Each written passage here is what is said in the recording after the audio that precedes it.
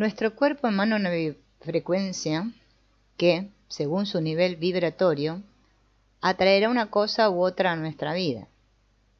Que esta vibración sea tranquila o tensa va a depender de nuestra visión del mundo, si lo vemos acogedor o peligroso. Muchas veces el cuerpo está queriendo decirnos algo, al estar ligero o pesado, tenso o relajado, y si nos acostumbramos a percibirlo, vamos a saber cuál es su mensaje. Funciona como una antena, extremadamente sensible a la calidad energética del ambiente. Si creas en él una frecuencia vibratoria nueva, tendrá un efecto transformador importante. De esto estamos hablando cuando mencionamos la vibración sonora como una técnica terapéutica. La materia está constituida de átomos que constan de un núcleo alrededor del cual giran electrones. Para comprender la magnitud de este fenómeno, consideremos que su órbita corresponde a una manzana, el núcleo, alrededor del cual giran los electrones en un radio que corresponde a la distancia entre Madrid y París. Imagínate el vacío que tenemos dentro.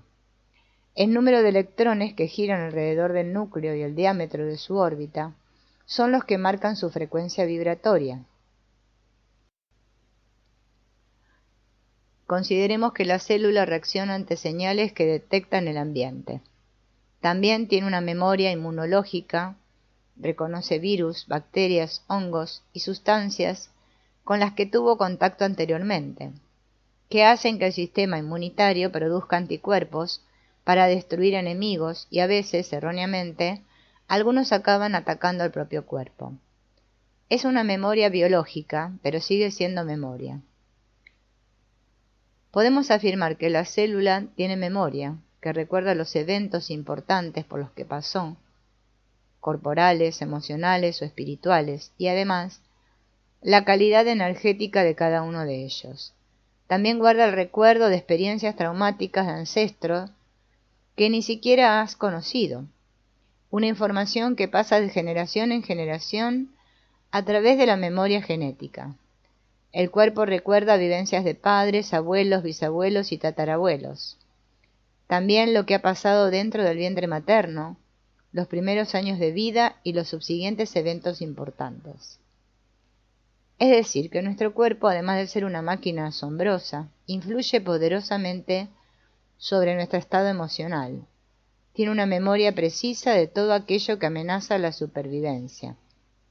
Y también de todo aquello que proporciona seguridad y apoyo emocional. Cada célula guarda la memoria de la tensión y enfado de un castigo. Igualmente recuerda momentos de gozo y contacto profundo. Estas memorias se perpetúan, inalteradas en el tiempo, a menos que nuevas experiencias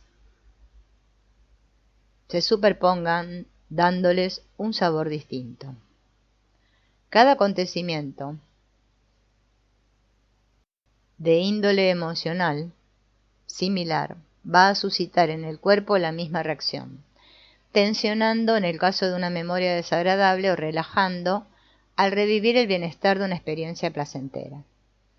Este automatismo hace que, según sea la percepción, aparezca el nudo en la garganta, el bloqueo en el plexo, mariposas en el estómago o una sensación de alegría y levedad corporal. Hay una retroalimentación directa entre la memoria corporal y la vida emocional. De ahí la enorme importancia de técnicas que consigan deshacer las reacciones corporales indeseadas que hasta ahora se repetían una y otra vez. Los patrones de comportamiento, obsesiones, dolores, rabia, miedo, frustración, parecen inmateriales, pero tienen una localización precisa en un lugar concreto del cuerpo. El cuerpo es el sostén de todo, el que enraiza las emociones y las experiencias y además las mantiene vivas. Cuando piensas en un fracaso en el colegio o en el trabajo, sientes que una parte de tu cuerpo se contrae. Cuando recuerdas al novio que te traicionó, sientes que se te revuelve el estómago. Cuando piensas en defender tu opinión ante el jefe, sientes un nudo en la garganta. Igualmente, si piensas en un rato estupendo con tu pareja, tu rostro se relaja y asoma una sonrisa. El cuerpo está siempre conectado con lo que sientes. es una unión inseparable y el anclaje siempre corporal.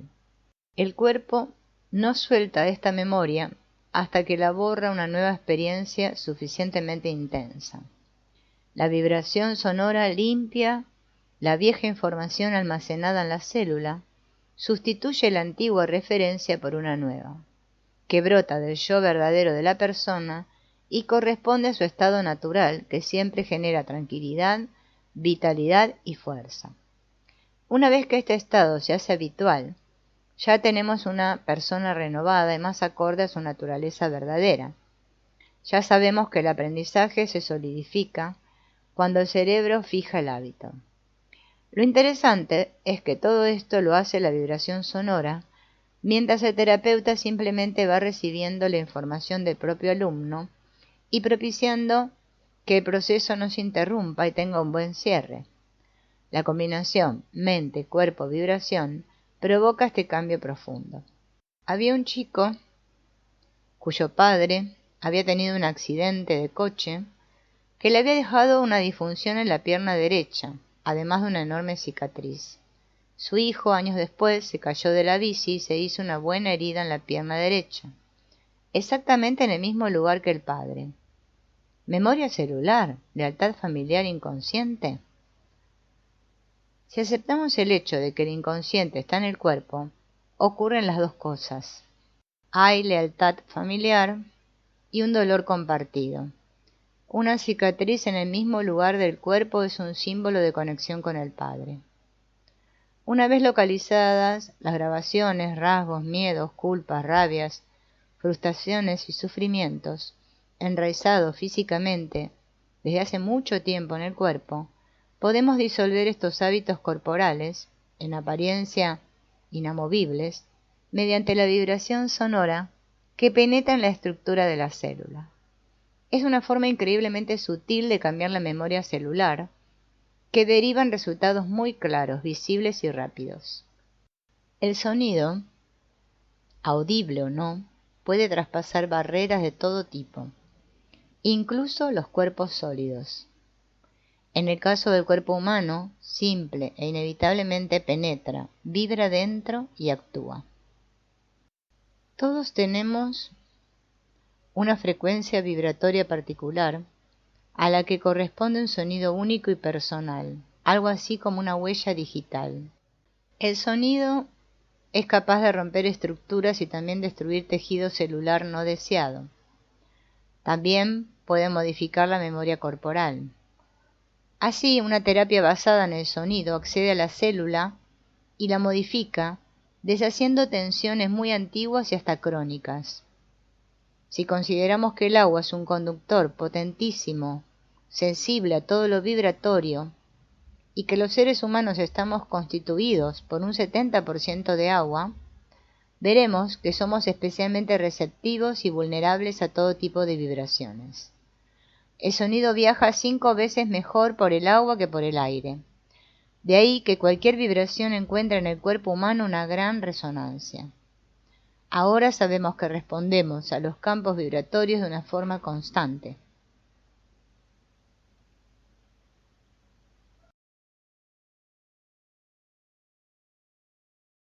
La manera en la que la vibración actúa, penetra, suelta, libera y transforma es algo que va más allá de lo racional. Toca otra dimensión y hace brotar desde dentro de la persona las respuestas y las soluciones. Cosas arraigadas durante años y años se despegan, casi sin intervención del terapeuta, que solo sirve de guía para completar y aclarar lo que surge de manera espontánea.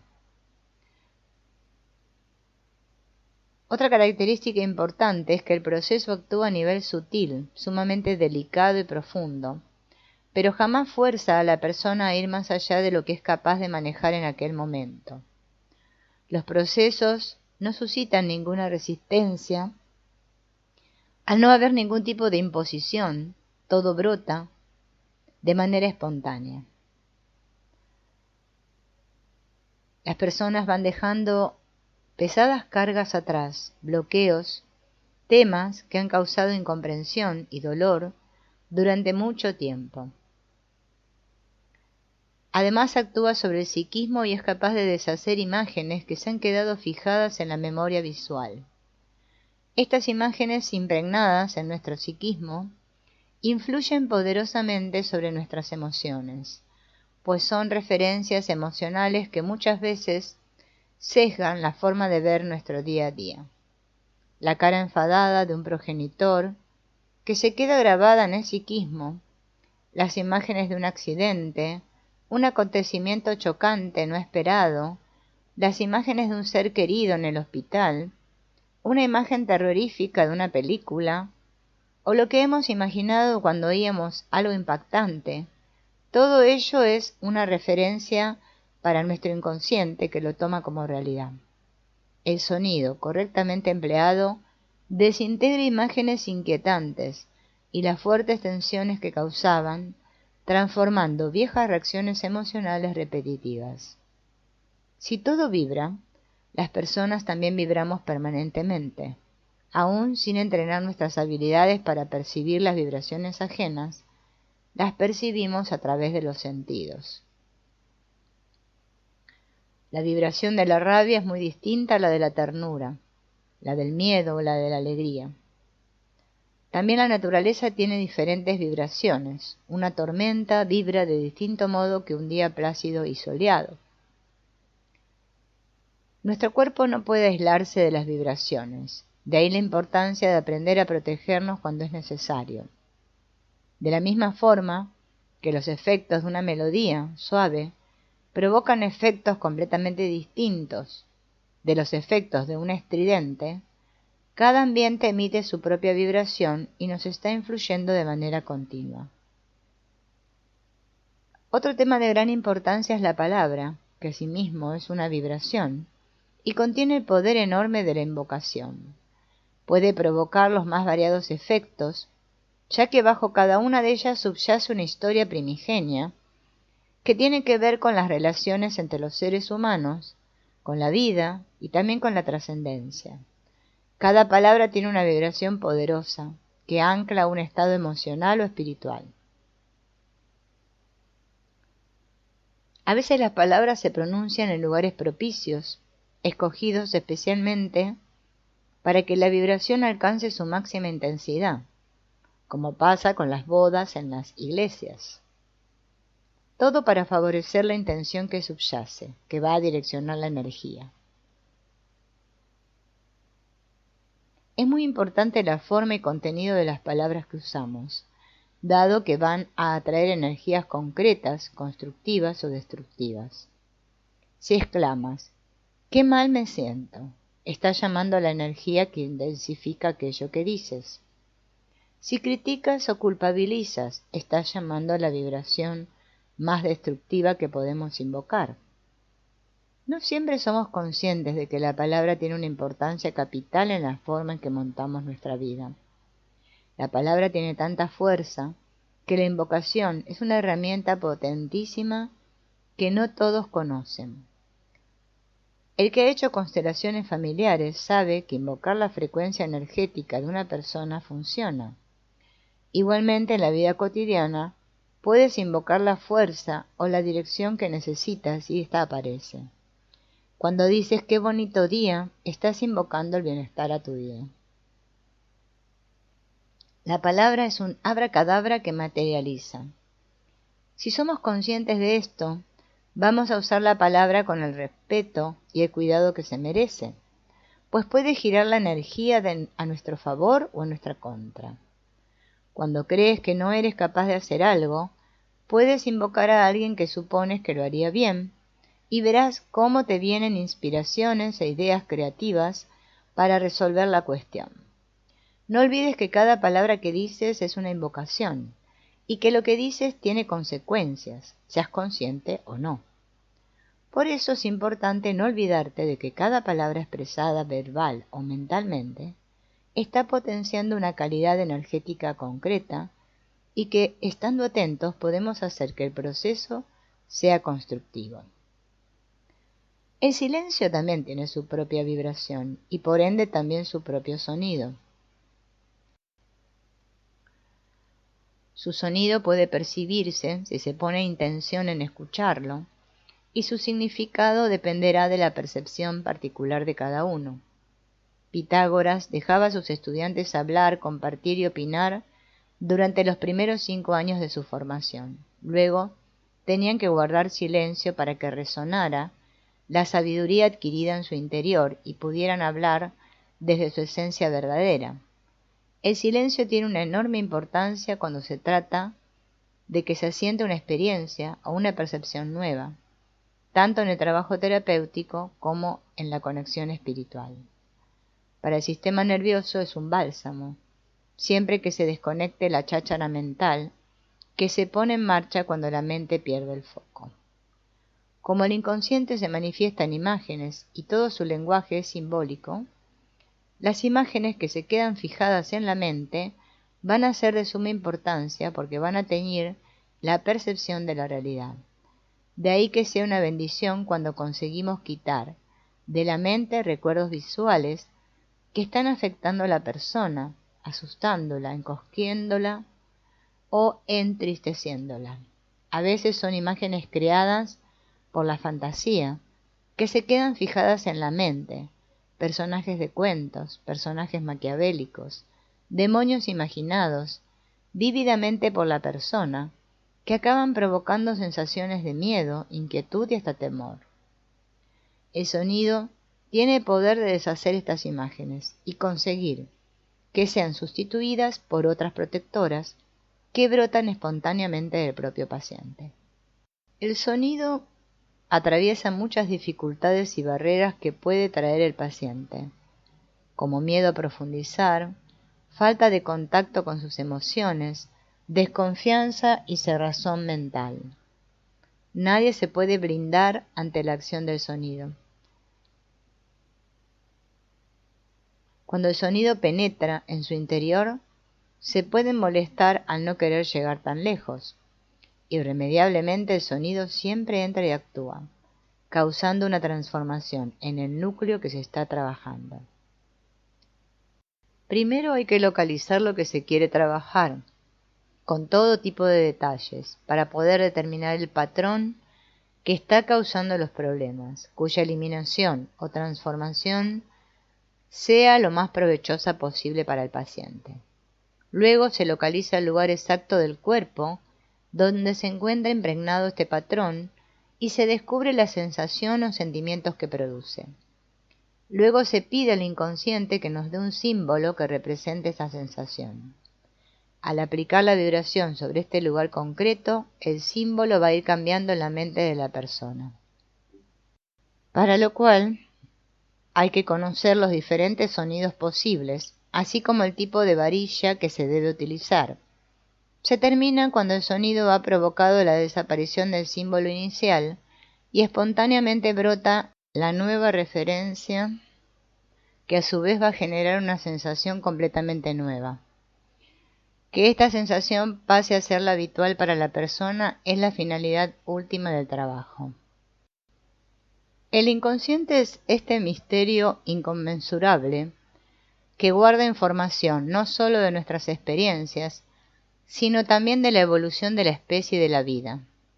Capta lo que hay, pero solo guarda aquello que es importante para la supervivencia y el bienestar, reteniendo todo lo que le impacta. Si siendo pequeño tu padre te amenazaba con un cachete si no sabías contar los platos que estaban sobre el mantel verde de la mesa, el color verde pasará a tener una connotación de peligro y amenaza para ti. Aunque el verde normalmente tranquiliza y calma, en este caso pasará a tener un significado amenazante. Lo mismo ocurre también al revés. Una persona que normalmente lo hace todo sola y sin apoyo, enferma, al sentirse cuidada y protegida en un hospital, puede sentir bienestar en un lugar donde normalmente hay tensión y sufrimiento. Como se ve, la experiencia personal se solapa. Definamos algunos conceptos. ¿Qué es el yo? El yo, el ego o la personalidad es la parte de la psique que sabe de sí misma y de sus pensamientos, toma decisiones y es capaz de organizarse. Algunas emociones y sentimientos van más allá de la razón influidos por la interpretación dada a las experiencias, la educación y la cultura. La capacidad de unir consciente e inconsciente hace del yo el punto unificador de la psique. Los contenidos inconscientes le influyen de manera poderosa, provocando estados de ánimo incomprensibles racionalmente. Para Freud, el inconsciente recoge el acontecimiento tal como es. En cambio, Jung piensa que lo que influye no es el hecho en sí, sino el significado que se le otorga. En otras palabras, influye más la fantasía de la persona que la experiencia en sí. Recordemos que el inconsciente no diferencia entre lo ocurrido fuera y lo que imagina.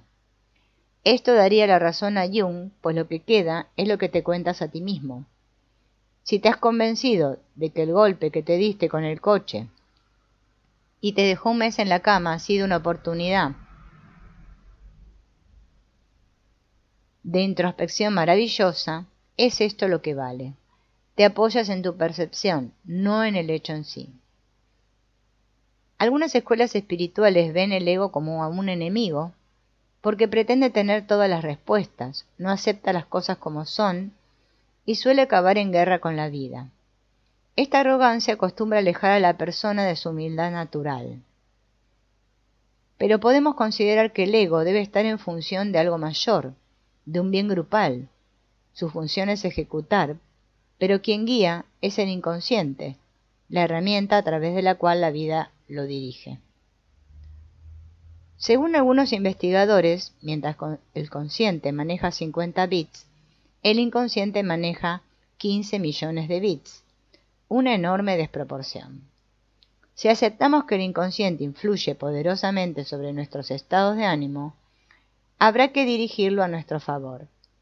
Esta tarea le toca al consciente, al yo, liberar malentendidos y datos obsoletos. El inconsciente sería el gran motor con muchos caballos de potencia y el consciente el conductor, quien dirige todo este potencial. A veces se preguntan las personas la diferencia entre inconsciente y subconsciente. El subconsciente corresponde a todo lo que una persona ha vivido, sentido o experimentado y que ya no forma parte de su percepción consciente actual, es decir, del mundo percibido del yo. Son contenidos que estuvieron disponibles y que ahora ya no lo están, pero que pueden resurgir. Por ejemplo, estudiaste la historia medieval de España, memorizaste datos que ahora no recuerdas, pero pueden reaparecer en el momento menos pensado. Las grabaciones nos afectan profundamente y pueden no estar accesibles, justamente por su carácter intimidante. Estas son las que reaparecen del subconsciente cuando las buscas, para que dejen de distorsionar tu percepción. El símbolo trae esos traumas a la conciencia, atraviesa barreras y puentea la brecha entre consciente e inconsciente debido a su carácter energético y no racional. Cuando el inconsciente personal prohíbe o reprime ciertos contenidos, no es algo voluntario, es una experiencia tan dura, incompatible con la ética racional, que queda escindida de la conciencia.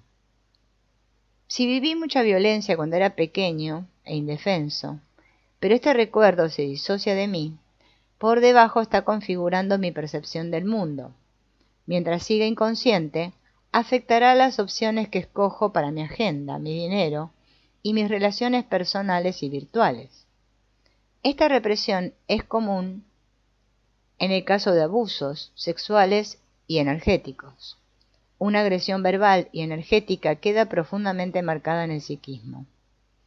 Hay que tener en cuenta que lo instintivo está siempre por debajo de las capas de lo racional.